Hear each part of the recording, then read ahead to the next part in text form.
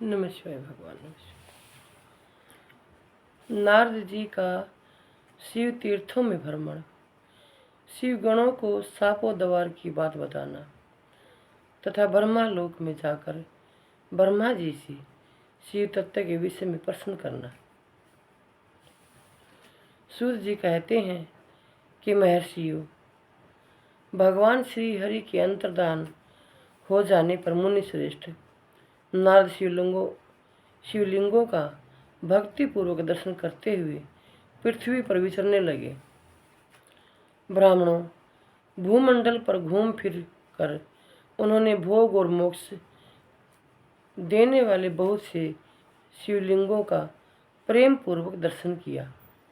दिव्यदर्शी नारद जी भूतल के तीर्थों में विचर रहे हैं और इस समय उनका चित्त शुद्ध है। यह जानकर वे दोनों शिवगण उनके पास गए। वे उनके दिए हुए शाप से उद्धार की इच्छा रखकर वहां गए थे। उन्होंने आदरपूर्वक मुनि के दोनों पैर पकड़ लिए और मस्तक झुकाकर भली भांति प्रणाम करके शीघ्र ही इस प्रकार कहा कि शिवगण बोले, भरमन, हम दोनों शिव के गण हैं। मुन्ने, हमने ही आपका अपराध किया है। राजकुमारी श्रीमती के स्वयंवर में आपका चित्त माया से मोहित हो रहा था। उस समय परमेश्वर की प्रेरणा से आपने हम दोनों को शाप दे दिया। वहाँ कुछ में जानकर हमने चुप रह जाना ही अपनी जीवन रक्षा का उपाय समझा।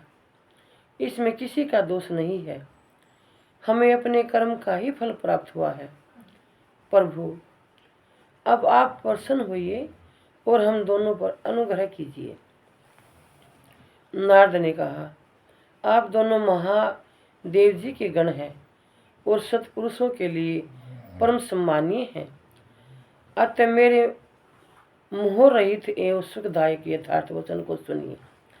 पहले निश्चय ही मेरी बुद्धि भ्रष्ट हो गई थी, बिगड़ गई थी और मैं सर्वथा मोह के वशीभूत हो गया था।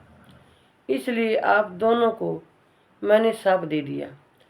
शिवगणों, मैंने जो कुछ कहा है वह वैसा ही होगा। तथापि मेरी बात सुनिए। मैं आपके लिए